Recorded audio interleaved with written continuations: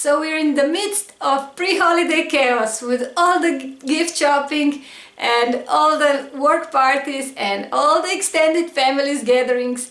But once all the gifts are given and the parties are over, we'll hopefully have some time to think and plan for the new year.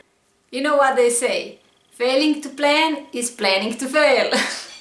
Like failing to subscribe is planning to miss out on the future videos, so do subscribe. I intend to plan for 2023 like no year before.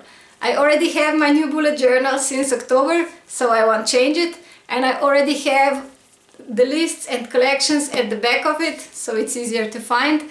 And you can find all the list of the lists or collections on my blog if you're interested, and I can make a future video if you would like to see more about that. However, today I would like to show you some ways how to plan for the future year.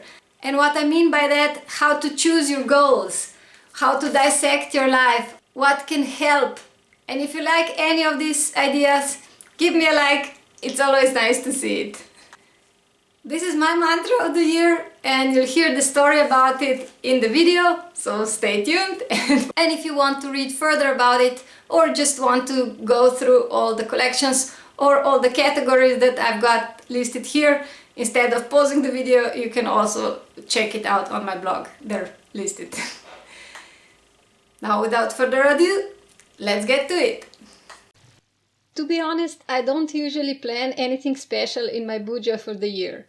I just make my yearly future log, a double spread with all the months, and then I have all the collections or lists at the end of my budget because I just hate flipping through to find something. I prefer to have all my day-to-day tasks in one place and then lists on the other end. It just works better for me.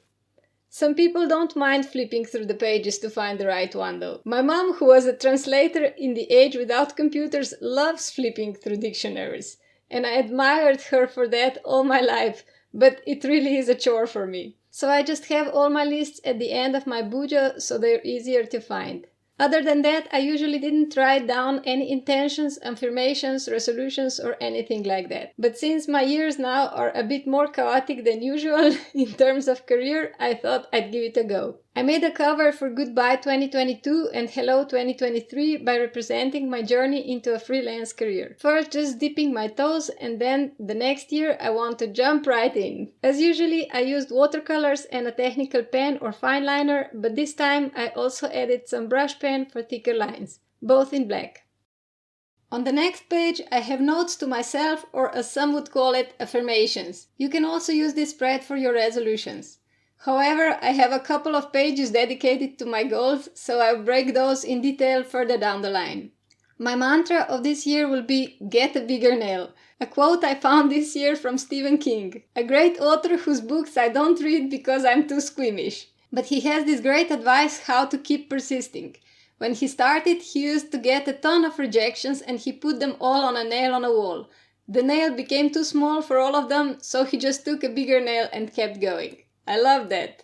Then with that in mind, I will break down what I did in 2020 into sections to learn from it. What worked, what didn't, what I should do, what I shouldn't, what I should omit, and so on. With all those lessons, I will approach my goals. We all know by now they should be specific, measurable, attainable, so realistic, that's my common pitfall. Relevant to you, well, why else would you do it? And time restricted, another problem of mine. I'm great with external deadlines, but I became horrible with internal ones. I keep putting things off, usually the things that I love the most, like making my portfolio. Now that is silly. You can see here I first practiced the headers on a scrap piece of paper because I thought I will cut it out and glue it in with some pretty papers underneath, but later decided against that. I find it difficult to write on top of layers of paper, and for this I wanted a clean look so I can focus on what I should focus on. I'll come back to this idea for my weeklies though, for sure, so subscribe to catch it. Some people call this approach of dissecting your life 10 out of 10 life or balanced life, but the name doesn't matter.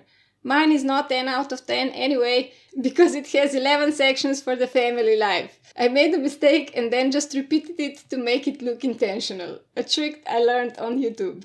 You basically take a look at your whole life, Break it down into logical groups and tackle each section. How far along are you from where you'd like to be, and what you need to do to move further? It's an easy visual way to see which part of your life would need more attention and find ways to do it if it's important to you, of course. Then I break those goals into manageable actions, and just as a reminder, I also include a why category. Some people would call it purpose or relevance. It's all up to you how you name it and how you set this all up. Try different approaches and see what works for you. I'll let you know how this worked for me next year, so stay tuned. We usually make our summer bucket list for the summer holidays, but this year I will try the yearly bucket list as well. I didn't go overboard though. Some people write 100 things. I just did the third of that. I think that will be enough for me. Then I have my indispensable yearly future log. That I make every year. Since my Bujo is A5 in size, I can squeeze all the months on 2-page spread.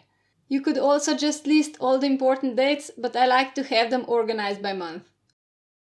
For my last page, I made myself a schedule for my work and study. I already have one for family stuff on the first page of my Bujo, and I also made another one on a cardstock that sits on a counter in the kitchen because everybody needs it constantly to know when somebody's coming home, when we can have lunch, who will eat it, and so on. But I need to organize my work and learning better so I will be more productive without pulling the all-nighters that leave me sick. There are many techniques how to do that, like time blocking, Pomodoro technique, and so on, and I will try some and let you know what works for me next year.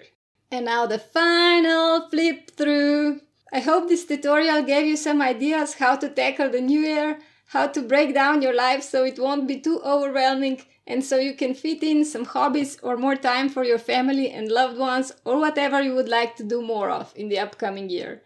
Have very nice holidays, and see you next week when we'll plan for January in Asian and Rabbit theme monthly layouts. Bye bye!